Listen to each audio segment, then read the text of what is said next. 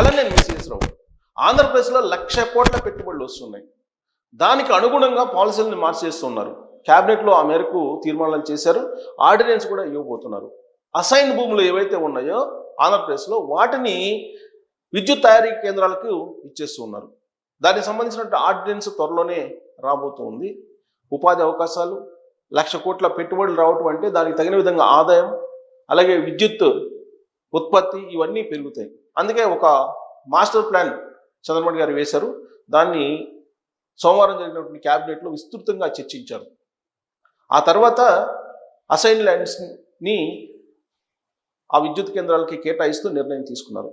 దానికి సంబంధించినటువంటి full pledged report ఏంటి అనేది నేను మీకు పేపర్లో వచ్చినటువంటి న్యూస్ నేను వినిపిస్తాను. అయితే ఈ విద్యుత్ కేంద్రాలు ఏర్పాటు చేయడం కారణంగా వచ్చేటువంటి బెనిఫిట్ ఏంటి? అసైన్ ల్యాండ్స్ ఇప్పటి వరకు వేస్ట్గా ఉన్నాయి. అసైన్ ల్యాండ్స్లోని నిరుపయోగంగా ఉన్నాయి ఆంధ్రప్రదేశ్లో. వాటిని యూటిలైజ్ చేసుకునేదానికి ఇప్పుడు విద్యుత్ కేంద్రాలకు ఇస్తూ ఉన్నారు. వాటిని యాక్చువల్గా రైతు నుంచి తీసుకుంటే కనుక ఏడాదికి 30,000 నుంచి దాదాపు 25,000, 30,000 నుంచి 40,000 దాకా కూడా ఇస్తూ ఉన్నారు ప్రైవేట్ కంపెనీలు. కానీ ఇప్పుడు అసైన్ ల్యాండ్స్నే ఇప్పుడు విద్యుత్ కేంద్రాలకు ఇస్తున్నారు కాబట్టి పెట్టుబడులు పెట్టడానికి ఎక్కువ మంది ఆసక్తి చూపుతున్నారు ఇండస్ట్రీస్లు. అందుకే 1,00,000 కోట్ల పెట్టుబడులు పెట్టడానికి ఆంధ్రప్రదేశ్కి రావడానికి ఎనర్జీ కంపెనీస్ పోటీ పడుతూ ఉన్నాయి. ఆ మేరకు ఈజ్ ఆఫ్ డూయింగ్ బిజినెస్ కాస్త స్పీడ్ ఆఫ్ డూయింగ్ బిజినెస్ చేసి దాన్ని ఇప్పుడు స్పీడ్ ఆఫ్ ఎగ్జిక్యూటింగ్ కూడా వస్తున్నారు. అంటే దాన్ని ల్యాండ్ అయ్యేదానికి కూడా కంపెనీ పెట్టుబడులకి ఒప్పందం కుదుర్చుకోవడమే కాదు, ఇమీడియట్గా పెట్టుబడులు పెట్టి ఉపాధి అవకాశాలు కల్పించేదానికి కూడా ప్లాన్ చేశారు చంద్రబాబు గారు. దాంట్లో భాగంగా విద్యుత్ కేంద్రాలకు ఎక్కడెక్కడ అసైన్ ల్యాండ్స్ కేటాయించారు, దానికి సంబంధించి క్యాబినెట్లో ఎలాంటి నిర్ణయం తీసుకున్నారు, అలాగే క్యాబినెట్లో కొన్ని కీలకమైన నిర్ణయాలు తీసుకున్నారు. అవన్నీ కూడా నేను మీకు వినిపిస్తాను చదివి. సో 1,00,000 కోట్ల పెట్టుబడులకు క్యాబినెట్ ఓకే. విద్యుత్ కేంద్రాల ఏర్పాటుకు అసైన్ భూములు చట్టంలో కీలక సవరణలతో ఆర్డినెన్స్ జారీకి ఆమోదం. విశాఖలో పలు ఐటీ సంస్థలకు భూ కేటాయింపులకు అంగీకారం. కుప్పం, ఓరకల్లు, నాయుడుపేటలో పలు పరిశ్రమలకు కూడా క్యాబినెట్ నిర్ణయాలను వెల్లడించిన మంత్రి పార్థసారథి. రాష్ట్రంలో 1,00,000 కోట్ల పెట్టుబడుల ప్రతిపాదనలకు మంత్రివర్గం ఆమోదం తెలిపింది. సోమవారం సీఎం చంద్రబాబు అధ్యక్షతన అమరావతి సచివాలయంలో కేబినెట్ సమావేశం జరిగింది. 70 అంశాలకు ఆమోదం తెలిపింది. సమావేశం అనంతరం రాష్ట్ర పౌర సరఫరాలు, గృహ నిర్మాణ శాఖ మంత్రి కొలుసు పార్థసారథి విలేకరులకు వివరించారు. అభివృద్ధి, యువతకు ఉద్యోగ ఉపాధి అవకాశాలు కల్పనే లక్ష్యంగా దాదాపు 1,00,000 కోట్ల పెట్టుబడి ప్రతిపాదనలకు కేబినెట్ ఆమోదం తెలిపింది. ఇది అనేక నూతన విధానాలను రూపొందించిన ఫలితంగా ప్రపంచంలోనే అనేక దిగ్గజ సంస్థలు రాష్ట్రం వైపు చూస్తున్నాయని తెలిపారు. సో ఇక్కడ అనుమతి పొందిన ఇవి క్లోజప్లో చూడొచ్చు. మంత్రివర్గ నిర్ణయాలు చూడండి, కీలకమైన నిర్ణయాలు. ఇక్కడ మంత్రివర్గ నిర్ణయాలు. ఏపీ క్వాంటమ్ కంప్యూటింగ్ విధానము 2025-30కి ఆమోదం. క్వాంటింగ్ కంప్యూటింగ్ సెంటర్ల ఏర్పాటుకు స్టార్టప్లు, విద్యా సంస్థలు, తయారీదారులకు ఆర్థిక ప్రోత్సాహకు అంగీకారం. $1 బిలియన్ పెట్టుబడులను ఆకర్షించడం లక్ష్యం. ఇది ఫస్ట్ది. ఇది క్యాబినెట్ తీర్మానం చేసింది. తర్వాత నైబర్హుడ్ వర్క్ స్పేస్ విధానానికి ఆమోదం. ప్రతి మండలంలో 20 నుంచి 30 వర్క్ స్టేషన్లు ఏర్పాటుకు నిర్ణయం. సో ప్రతి మండలంలో కూడా 20 నుంచి 30 వర్క్ స్టేషన్లు ఏర్పాటు చేయడానికి నిర్ణయించుకున్నారు. ఇది ఆంధ్రప్రదేశ్ రాష్ట్రంలో ఉండేటువంటి మేధో సంపత్తిని ఉపయోగించుకోవడానికి తీసుకున్న నిర్ణయం.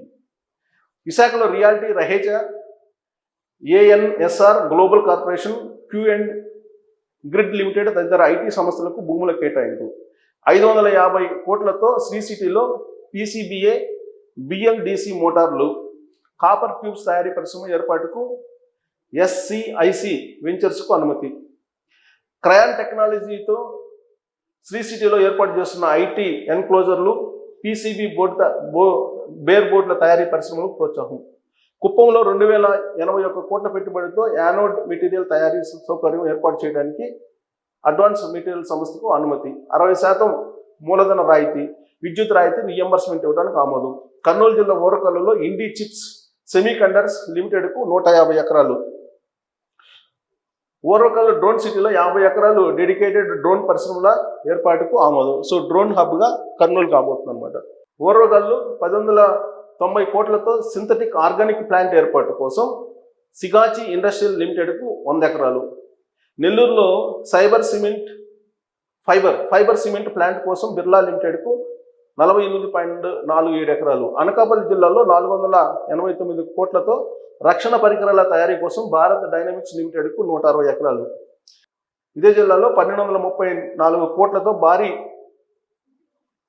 భూమి తవ్వే పరికరాలు విడిభాగాల తయారీ పరిశ్రమ ఏర్పాటుకు డోస్కో ఇండియాకు 150 ఎకరాలు, కృష్ణా జిల్లాలో 40 ఎకరాల ఎంఎస్ఎంపి పారిశ్రామిక పార్కుకు శ్రీవేద ఇన్నోవేషన్ పార్క్ లిమిటెడ్కు అనుమతి. అనంతపురంలో 1841 కోట్లతో సమీకృత టిఎంటి బార్ ప్లాంట్ ఏర్పాటుకు సుగుణ స్పాంజ్ ప్రైవేట్ లిమిటెడ్కు 308 ఎకరాలు, 8570 కోట్లతో విజయనగరంలో సమీకృత ఉక్కు ప్లాంట్ ఏర్పాటుకు సూపర్స్ స్టెల్లర్స్ లిమిటెడ్కు 1085 ఎకరాలు, కుప్పంలో 838 కోట్లతో తోలుకాని ఫుట్వేర్ తయారీ కోసం వ్యాసెంగ్ ఫుట్వేర్ ఇండియా ప్రైవేట్ లిమిటెడ్కు 103.19 ఎకరాలు, నాయుడుపేట సర్దులో 1743 కోట్లతో 4GW సోలార్ సెల్ మాడ్యూల్ తయారీ పరిశ్రమకు వోల్టాసన్ ల్యాబ్స్కు 40 ఎకరాలు, 44,000 కోట్లతో గ్రీన్ అల్యూమినియం స్టెల్లర్కు ఏర్పాటుకు గ్రీన్ మెటల్స్ అండ్ మెటీరియల్స్ దికి అదనంగా 250 ఎకరాలు, కంప్రెస్ బయోగ్యాస్ ప్లాంట్ ఏర్పాటుకు రిలయన్స్ ఇండస్ట్రీస్కు అన్నమయ్య జిల్లా రాజంపేట మండలం పులవత్తూరులో 50 ఎకరాలు, గుండ్లూరులో 100 ఎకరాలు లీజుపై అప్పగింత. కృష్ణా జిల్లా మచిలీపట్నం టౌన్ మాచవరం ప్రాంతంలో టీడీపీ జిల్లా కార్యాలయ నిర్మాణానికి 1 ఎకరా 60 సెంట్లు భూమి, తిరుపతి ఆవిలాల్లో టీడీపీ కార్యాలయానికి 2 ఎకరాల ప్రభుత్వ భూమి, సోలార్ ఎనర్జీ కార్పొరేషన్ ఆఫ్ ఇండియాకు శ్రీ సత్యసాయి జిల్లా దిమ్మనాయినిపేట, నందిపాడు, ఇరువరం గ్రామాల్లో 36.10 ఎకరాలు. ఈ నెల 14-15 తేదీలు విశాఖ భాగస్వామ్య సదస్సులో పర్యావరణ అనుకూల పట్టణ పరిపాలన, డిజిటల్ పరిపాలన, మానవ వనరుల అభివృద్ధి, సుస్థిర ఆర్థిక అభివృద్ధి వంటి రంగాల్లో సింగపూర్ ప్రభుత్వంతో అవగాహన ఒప్పందం కుదుర్చుకునేందుకు ఆమోదం. ఉండవల్లి వద్ద మరో పంపింగ్ స్టేషన్ ఏర్పాటుకు ప్రపంచ బ్యాంకు ఏడీబీ నుంచి 585 కోట్ల రుణం తీసుకునేందుకు ఆమోదం. రాజధాని అమరావతిలో కృష్ణాయపాలెం, వెంకటాయపాలెం, పెనుమాక, ఉండవల్లి జోన్ 8 ప్రాంతంలో పెనుమాక లేఅవుట్లో డ్రంక్ ఇన్ఫ్రాస్ట్రక్చర్తో అనుసంధానంగా ఉండే రోడ్లు, డ్రైనేజీలు, నీటి సరఫరా, మురుగునీరు, విద్యుత్, ఐసీటీ కోసం యుటిలిటీ డక్ట్లు, రీయూజ్ అవెన్యూ ప్లాంటేషన్ కోసం 1863 కోట్లతో టెండర్లు పిలిచి కాంట్రాక్ట్ ఇచ్చేందుకు ఆమోదం.